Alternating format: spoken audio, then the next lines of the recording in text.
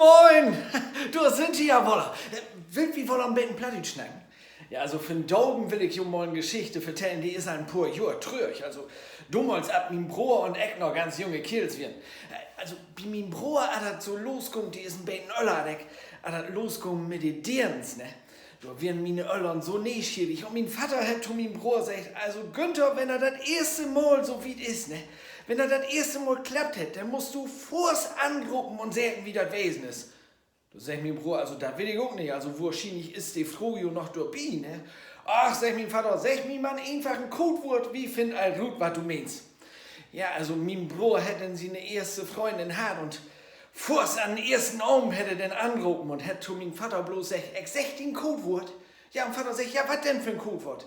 Ja, sagt mein Bruder. Also ich sag bloß Jakobscafé.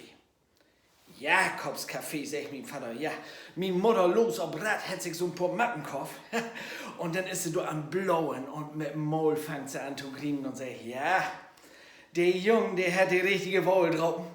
Du wird doch just eine Werbung von Jakobscafé in dem Mappen und du hast so ein Jakobscafé. Genuss bis zum letzten Tropfen. Ja. Und alle denn wie mir, so wie wir. Ja, du dasselbe Bild, ne?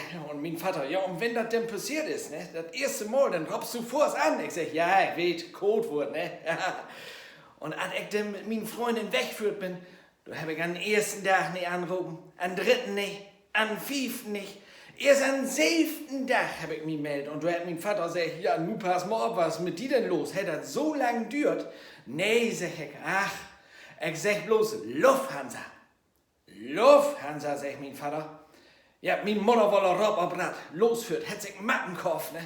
Und hätt do Blut und mit dem Maul fängt sie an zu kriegen und sagt, ach, usen Lütschen, der hat aber auch drauf. Du wirst just eine Werbung von Lufthansa. Die haben just eine Verbindung oben von Bremen nach Stuttgart, ne? Und da Stunde über Stuttgart, Bremen. 7 Tage in der Weg, 3-mal an Tag, beide Richtungen. Tja, ich wünsche was, bis bald mal, Jo Decker.